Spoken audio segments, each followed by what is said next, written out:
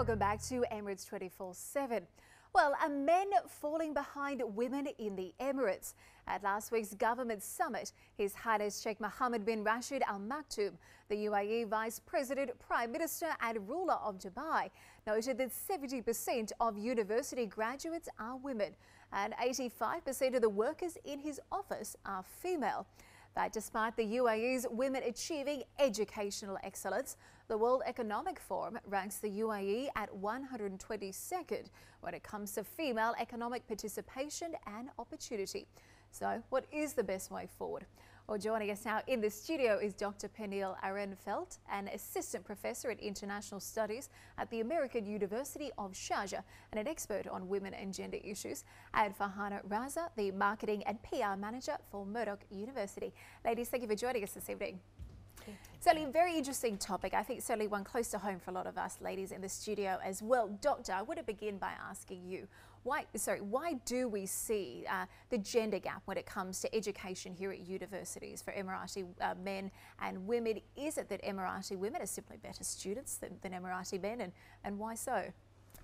I think, first of all, I would have to stress that in my personal experience, the difference that is documented in the media and through various other studies, I haven't actually experienced that to that extent.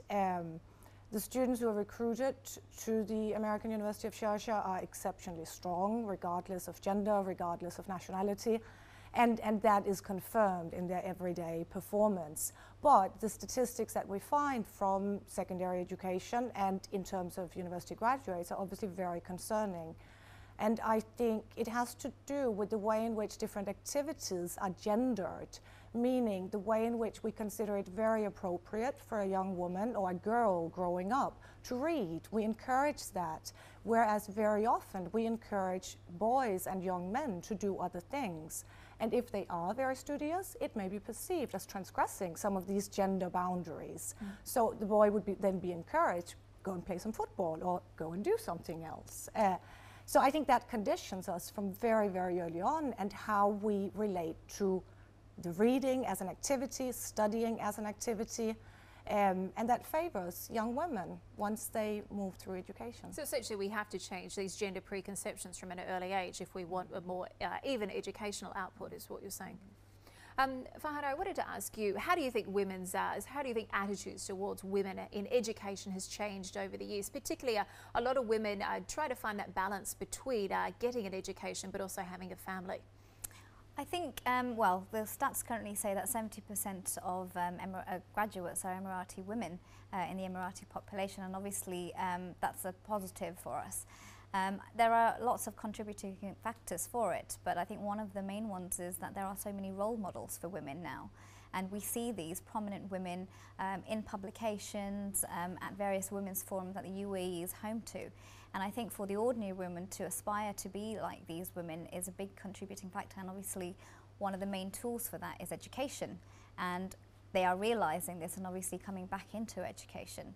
Now, the biggest thing to note here is that whilst there is this incentive to go back into education, they don't have to compromise, and they aren't compromising that family and marriage background. And obviously going into government institutions and working for government jobs allows them that flexibility, and it gives them the opportunity to take on degrees, go on back into resuming postgraduate courses. And certainly for us, we don't have a large presence of Emirati at the undergraduate level, but certainly we see a lot more Emiratis coming in at the postgraduate level, and this is what's allowing them to go back in. And of course, having women sort of at the board level, it sort of feeds them into senior management, and having these role models to look up to makes a big difference. I mean, there certainly has been huge progress, not just in the UAE, around the world, but earlier in the introduction I mentioned the fact that we've seen these statistics come out from the World Economic Forum about the gender gap here, or the fact that when it comes to education being attainable, I think we're equal first. In terms of economic participation though, and opportunities, we're down at 122nd, a little bit disappointing figures. Doctor, why do you think that is? I think some women make choices that either delays their entry into the labour market, or they enter for a number of years and then they decide to leave. And these are structures that are very deeply rooted and that it will take generations to change.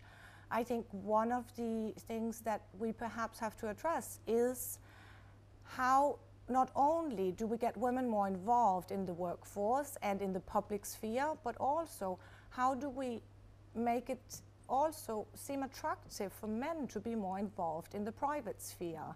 That it is not only that women want to gain something in the public sphere, there's also something to be gained for men to have more time with their family, and that these structures even out. So often I talk to my students about stay-at-home dads, and of course in the beginning they will laugh, but slowly they realize that this is actually a privilege, the privilege of not having to be at work 6 days a week. It's still providing. not something we hear a lot about, though. How important do you think it is in terms of changing that mindset, in terms of changing that cultural idea, do you think? It takes generations, I think, and I think it's a combination. We spoke about it a little bit earlier. It's a combination of family, society, and state. Absolutely. These different units that work together. And I think we've seen here very progressive, it's not a very good term perhaps, but very radical initiatives provided by the state, promoted through society to change these patterns. But I also think very often families, they take longer to adjust, and the socialization that takes place through the family is very strong, that we do use role models and we do adjust our behavior accordingly. And that requires some very brave young men to change these patterns. Absolutely. I want to very quickly ask you, we're almost out of time. Farhanah, what do you feel is key to changing this? I think education certainly forms a fundamental tool for it, and as you said, Doctor, there isn't any sort of formula for it, but having a basic education and a recognition that you need to have a basic education is the first tool for it. Absolutely, well said. Well, thank you so much for joining us this evening. Really appreciate your thoughts. Thank you.